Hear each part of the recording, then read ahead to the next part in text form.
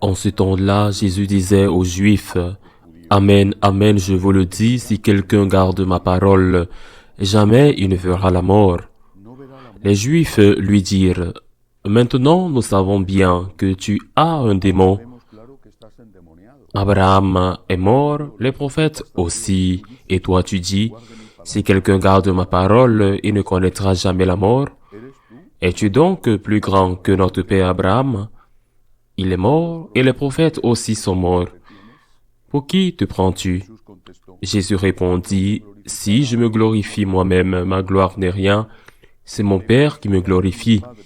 Lui dont vous dites, il est notre Dieu, alors que vous ne le connaissez pas. Moi je le connais, et si je dis que je ne le connais pas, je serai comme vous, un menteur. Mais je le connais et sa parole, je la garde. Abraham, votre père, a exulté, sachant qu'il verrait mon jour. Il l'a vu, et il s'est réjoui. Les Juifs lui dirent alors, « Toi qui n'as pas encore 50 ans, tu as vu Abraham? » Jésus leur répondit, « Amen, Amen, je vous le dis, avant qu'Abraham fût, moi je suis. » Alors ils ramassèrent les pierres pour les lui jeter, mais Jésus, en se cachant, sortit du temple. Acclamons la parole de Dieu. Ce passage de l'évangile de Jean, qui fait suite à celui d'hier, et au long chapitre que nous méditons pendant le carême, commence par une phrase similaire, mais différente de celle d'hier. Hier, le Seigneur a dit, « Celui qui garde ma parole connaîtra la vérité, et la vérité le rendra libre. » La vérité, c'est la liberté qui vient de la vérité, et non l'inverse. La vérité rend libre, et aujourd'hui, nous disons, la liberté me rend vrai.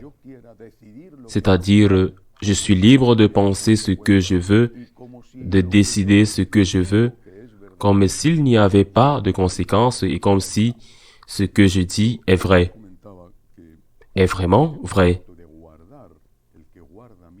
Mais hier, j'ai commenté que ce concept de garder, celui qui garde ma parole, implique deux choses. Celui qui garde, c'est celui qui conserve. Je garde une chose, mais aussi celui qui garde, c'est celui qui observe. Observe et conserve. Garder la parole, c'est conserver la parole et aussi observer la parole.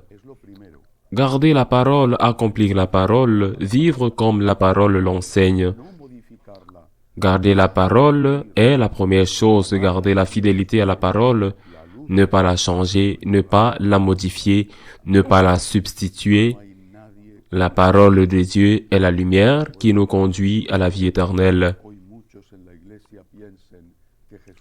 Il n'y a personne comme Jésus, même si je répète ce que j'ai dit hier. Aujourd'hui, beaucoup dans l'Église pensent que Jésus est démodé. Il n'y a personne comme Jésus.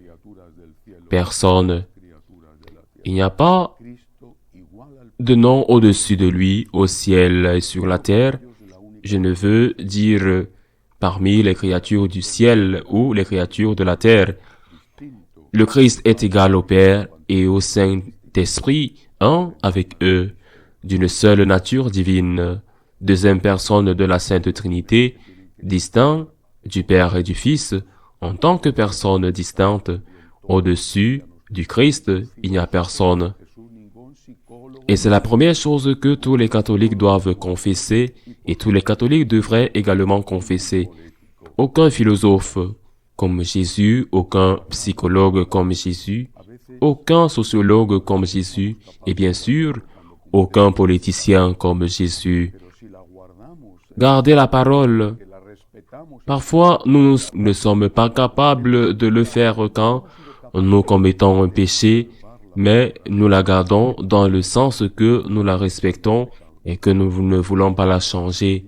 Quand nous commettons un péché, quand nous n'avons pas été capables d'observer la parole, de la garder, nous savons que nous avons péché, et si nous avons péché, comme le dit aussi Saint Jean dans sa première lettre, Ce que nous devons faire, c'est demander pardon parce que nous savons qu'il y a quelqu'un, le Christ, qui intercède continuellement auprès du Père pour notre pardon et qu'il est le Dieu de la miséricorde.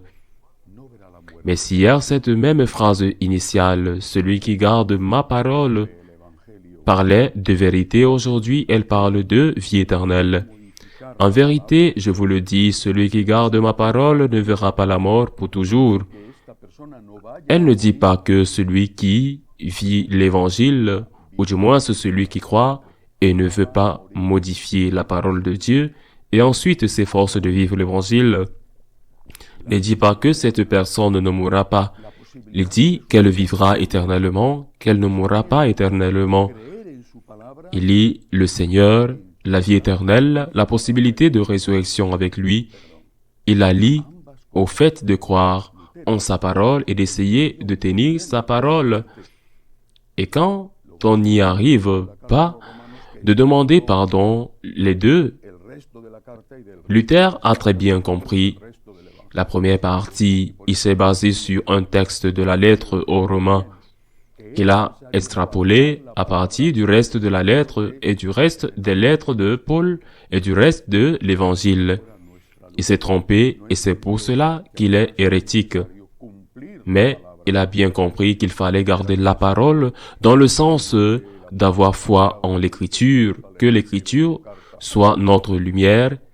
Il n'a pas compris qu'il fallait aussi garder la parole, c'est-à-dire qu'il fallait ce que l'apôtre Jacques, l'évêque de Jérusalem, écrit dans sa lettre. Ce sont vos œuvres qui prouvent votre foi, et une foi sans œuvre est une foi morte. Et c'est la position catholique. Vous devez garder la parole, dans le sens où vous devez la garder, la défendre, même au prix de votre vie si nécessaire. Et aujourd'hui, vous devez la défendre contre les ennemis qui sont à l'intérieur de l'Église, comme les loups déguisés en brebis, qui font tant de mal aux fidèles non éduqués. Tenez votre parole et essayez de la tenir. Et si vous n'y arrivez pas, demandez pardon. Ne vous trompez pas en disant « ce n'est pas mal, rien n'est mal ». Ne vous trompez pas en disant « puisque Dieu est miséricordieux, vous pouvez faire ce que vous voulez. » Ne retournez pas la miséricorde de Dieu contre Dieu. Ne profitez pas de la miséricorde de Dieu pour faire du mal à vos frères et pour vous faire du mal à vous-même. L'évangile aujourd'hui se termine par une affirmation très claire de la conception que Jésus avait de lui-même. Il est Dieu et il le sait. Il sait qu'il est Dieu. Son dernier jugement au Sanhédrin, là dans la maison de Caïphe, sera si évident qu'ils le condamneront pour cela. Ils le condamneront pour blasphème, selon la loi juive, parce qu'il sait proclamer Dieu. Dans l'Évangile aujourd'hui, il dit clairement, « En vérité, je vous le dis, avant qu'Abraham existe, moi, je suis. » Avant, il avait dit qu'il connaissait le Père. Il le connaît, bien sûr, parce qu'il est la deuxième personne de la Sainte Trinité, et parce qu'il partage avec le Père et l'Esprit Saint la seule nature divine. Mais Jésus-Christ, il le dit clairement aujourd'hui, il est Dieu, il sait qu'il est Dieu, et donc, il sait que ces paroles ne peuvent pas passer parce qu'elles sont la parole de Dieu. Honorons, adorons Jésus-Christ comme Dieu. Je ne sais pas si ceux qui disent cela sont conscients du blasphème qu'ils profèrent et de la folie dont ils parlent. Parce qu'une nouvelle révélation qui vient de ce que les gens pensent est une révélation aussi changeante que ce que les gens pensent qui, à son tour, changent leur opinion en fonction de la façon dont ils manipulent cette opinion à travers les médias. Le Christ est Dieu. Devant lui, nous agenouillons notre âme et notre corps. Le Christ seul, avec le Père et le Saint-Esprit, est Dieu. Ces paroles ne passeront pas.